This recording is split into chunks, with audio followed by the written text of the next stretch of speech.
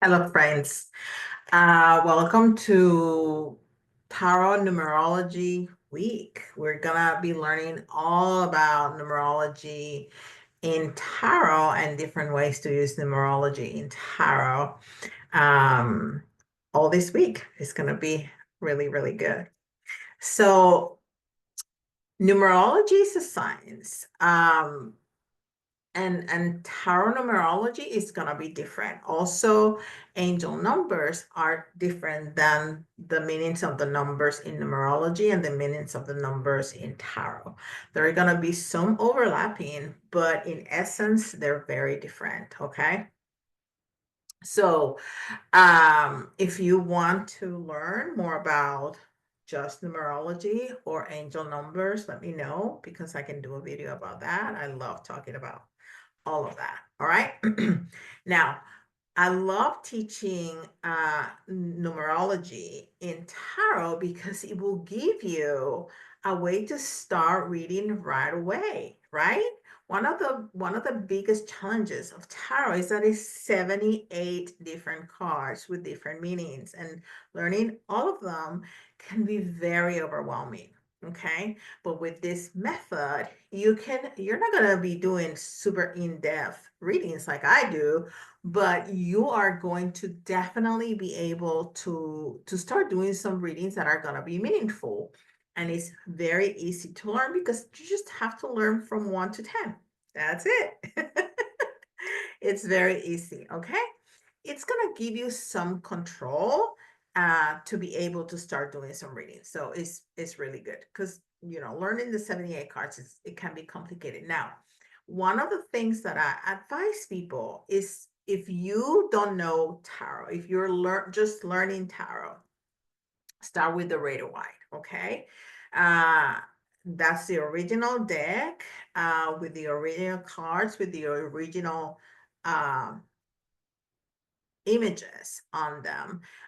It's gonna help you learn, okay, tarot, because the meanings of the cards are incredibly related to the images in that deck. Okay.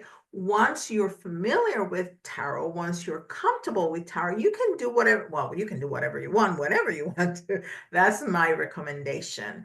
Um, when I was learning tarot and I was using other decks, I could see the image of the Rider White in my head.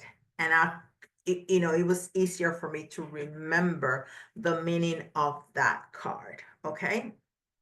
I also do not recommend to using those beginner decks that have in the card the meaning of the card and the chakra colors and and the elements and the astrological sign. Is too much information. It's too much information. It's going to overwhelm you. The other problem with that is that it's a crutch, and you don't want to learn using a crutch.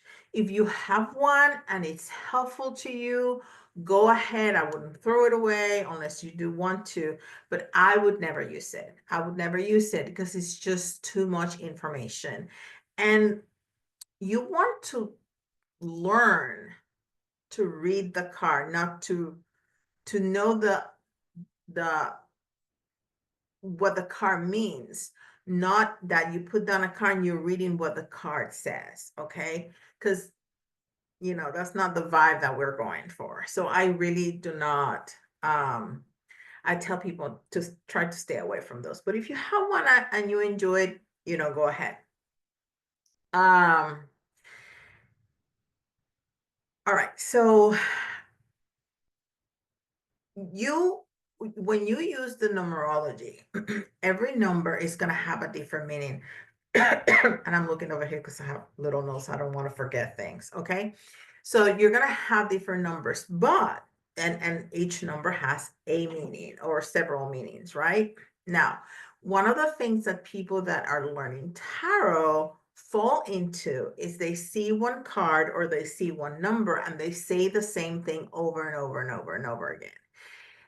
So the one thing that I tell my students is you need to consider what suit you are reading For example, wands are fire. So it can be about desire, not necessarily sexual desire. You can be very passionate about a job or a project or, raising your family, whatever it is. But wands usually talk about like work and tangible things, right? Um, Swords, for example, are air, and they are about thoughts and words, everything that's in your head and what comes out of your mouth. They could also mean education, your knowledge on something, and all things that are in your head, in your mind, the things that you're thinking about. Clubs are water. They're all about feelings and emotions. Pentacles are earth. They're all about tangible things and, like money, your home, and everything that's valuable to you. Of course, like I say, you have to consider the suit that you're working with. You also have to consider the topic of your reading, okay? Because in a job career reading, if a cup comes out, you're not going to start talking about love, right? So if you're doing a job reading, for example, and you get wands, it can be talking about the specific position that you want into a car or that you have, okay? Swords can be your ability to lead because of your knowledge on that position or that job. Um, if cops come up, maybe that you find that position very fulfilling. Okay. If pentacles come out, they may be talking about the money that you are making or the possibility of the wealth that you can acquire in certain positions. So you need to keep in mind not only the suit, but also the topic of your reading so you know what to say. Okay. So let's go into that numerology. Number one, the aces. The aces are all about the self, but they're also about new beginnings, new opportunities, potential, right? They are potential, all right? When you have an ace, that doesn't mean that that thing is going to happen. It's potential because tarot is not magical. Tarot is just giving you a message, right? So every new possibility, new beginning is a potential. That doesn't mean that it's going to happen. You have a door open. You need to walk through that door. Okay. So those are the aces. Twos are choices. Two is balance. Two is partnership. Two is duality. All right. Three is creativity. Is group, is community, is also growth. Four is structure, okay? Structure and stability.